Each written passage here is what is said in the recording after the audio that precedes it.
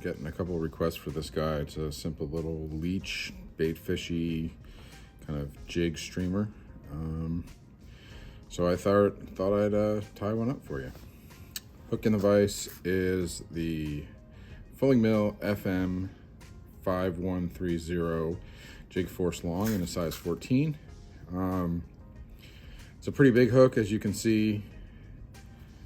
It's probably more like a size 8, to be honest with you. It's pretty large.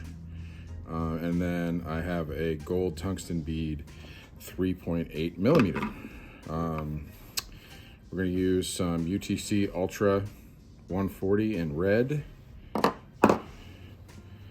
a small kind of pine squirrel zonker strip. I pre-cut this one. It's pretty long.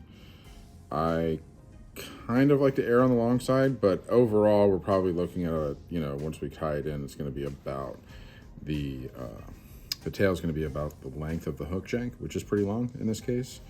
And then we're going to use some UV ice dub in tan.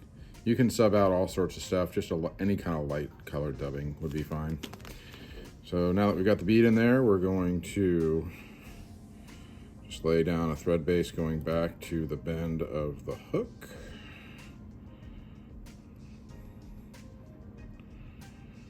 Up there. Cut your tag away. And then we're going to get some dub. So we're going to take this dubbing and we're going to tie in kind of a dubbing tail with this guy. So you want to get a pretty healthy clump to start with. And then what I do is I kind of just what's called rip stacking. So basically when you stack it up, the ends kind of align and you're going to get a little bit of, the fibers are all going to kind of be about the same length-ish. So just take this guy, kind of tie it in right in the center of your stack, fold it back over, go back to where you ended your thread. Now you've kind of got this cool little dubbing sort of hanging out the back, and that's going to extend the underside of it to be a little bit lighter. The rest of this dubbing that goes on there, even though you can see it in the water and you can see it when it kind of disappears a little bit. So it's more of just an under,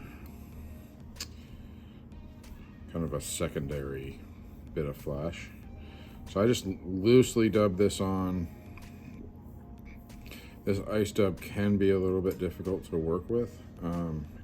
Doesn't like to dub that much, but we're just loosely dubbing this on, and we're kind of making a big sort of pile of it all along the body. And we're going to brush this out, so it's not super critical that it's completely even. You're using red thread, which will probably show through a little bit as well. Not a big deal. But then, yeah, so I just kind of go forward. And we're just going to make a really kind of thick dubbing body underneath this. And again, like I said, when we're all done, we are going to brush all this out. And kind of make this really kind of cool underbody for this fly. When this gets wet, it basically shows up like white and blue. So it definitely has kind of a little bit of a minnow vibe to it. It's a pretty small fly, like overall. So like I think they take it for just about, the fish take it for just about anything. Take it for a leech, take it for a small bait fish or sculpin, a worm even. It's just been a really fishy fly for me, so I thought since I got some requests, I would tie one up. So that seems pretty good. Now that I'm up at the front here, you want to definitely leave, you don't want to like really cram everything kind of behind this bead, because you definitely have a lot of stuff to tie in back there. So now that I've got it all in there, usually what I do is I'll take my little kind of dub brush. You can use a steel wool, or you can use a toothbrush. You can pick it out with a bodkin. You can do just about anything. And I just kind of rough all this stuff up. You can go to the hardware store and get a wire brush and just kind of rough all that stuff up until you get a nice kind of picked out looking body. There we go. Now that we've got all that going on, what I do is I will do a whip finish, because we're going to have to take this thing out of the vise and flip it over. So just a single turn whip finish. That's it. You could do a half hitch there if you want. I just happen to use my whip finishing tool for it. It's a little bit quicker for me, but it might not be for you. But just something to hold your thread in place, so that way when you take it out of the vise and flip this thing upside down, your thread doesn't start to come unraveled on you. So you're going to take it out of the vise. This is a Jig hook, remember, and you are going to clamp it back in just about like yay. Then you're going to get your zonker strip, or your pine squirrel strip, and you are going to you're going to sort of gauge where you want it to be. Like I said, I like about the length of the hook shank, excuse me. And you're just going to pierce that through just like that. You want to make sure the fur is going back, headed towards the back of the hook, because if not, it won't. All the fur will be facing forward and it'll just kind of stick out. It won't really wave the way it's supposed to. So once you get that done, take it out, jam this down in there. All right. So now you've got this nice little tail. What's going to end up being the top of the body. Now you want to put it back in the hook shank, same way, but you just want to kind of move it down. So that way it's just easier to handle. So you've got a nice little tail coming off, and now you have this strip that's sort of sitting over the top, right? So unhook get my thread all ready. This part can be kind of tricky, not super tricky, but kind of tricky. So what I like to do is I like to stretch this bad boy out a little bit. And if there's some hair that kind of gets trapped in there, that's completely fine. You're going to bind this thing down, and it actually, I think, kind of makes a more consistent looking body if you do that. So you're going to hold on to that zonker strip like that, pulling it tight. You're going to run one turn over it, adjust to kind of make sure it stays up there, because it has a tendency to want to roll. Check and see what you're doing. Make sure everything's where you want it. Cinch down, another turn, keeping tension on your thread, and that should, you can always adjust this a little bit too. That should keep it about where you want it to be. So now that I have that zonker strip tied in, I'm going to lift it up, and I'm going to put a couple turns behind it, and that kind of locks things in place. And I'm going to go over it again one more time, pulling down, just to kind of make sure everything is exactly where I want it. When you're happy, snip away your excess. And then what I like to do, this hook is kind of flimsy, so I will sort of create a little bit of a landing pad for my hackle, which is coming up next. Just like so. I've got this. Actually, you could probably fish that thing just like that. And it'd be just fine. So if you want to dress this fly a little bit heavier, maybe put some rubber legs in, or a little bit of extra flash or lateral scale right there that'll run along the side of the body. Anything you want to run along the side of the body, now's the time to put it in. I don't. I think this thing fishes just fine all by itself, just the way it is. But if you wanted to add a little bit of extra love, now's the time to do so. So now I get my hen hackle. This is whiting hen hackle, or a whiting hen saddle in barred olive.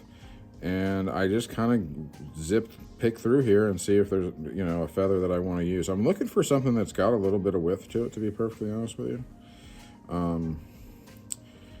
On the pause, this will tend to flare out on you. The hackle will flare, and that's a good thing. So I'm trying to find a feather that's got a little bit of width to it, which they all kind of do. They'll all work, but I'm just being picky. There's one. That's the one I want. Yep, that'll work. So I've got my feather. There it is. So it's soft hackle, so it pretty much will do whatever you want it to do. Generally speaking, what I'm going to do is I'm going to kind of pull all this fluff off. I've done a couple where I leave a little bit of the fluff on. It works just fine. But it doesn't get quite the separation that I like. And then I can just check it, right? I can just lay it over here and go, oh yeah, that's about what I'm looking for. Great. So then I'm going to preen back some fiber here, and I'm going to tie this in by the tip. And why I do that is because the shorter hackle fibers will support the longer ones. So it'll give it a little bit more volume in the water. So once I've got it secured in there pretty okay, I come in and I trim out my excess. Make sure to clean up a little bit. There we go. So at this point, I am ready to palmer my hackle.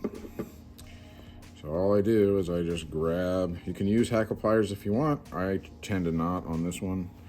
And I just palmer it. We're probably looking, depending on the feather, between 5 and 6 turns. You want this to be pretty bushy. And obviously as you go, be careful of that hook point. You just want to keep preening it back and make sure everything is kind of just where you want it. I don't mind if this thing, when I tie it the first time, if it looks pretty bushy and crazy, because as soon as it gets wet, all that kind of lays down a little bit, and it sort of trains it for you. So I think I've got, what, like 4 turns in it right now. I'm just going to use the rest of this feather, which is not very much.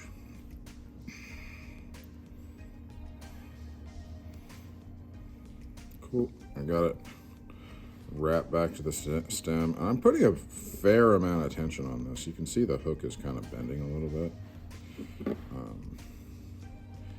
Then I just turn over, keeping tension on my thread. A couple more. Cool. And then I just preen everything back again, watching your fingers. Everything back. And there we go. Get a little bit of pressure in there, and that'll just kind of suck everything behind that bead.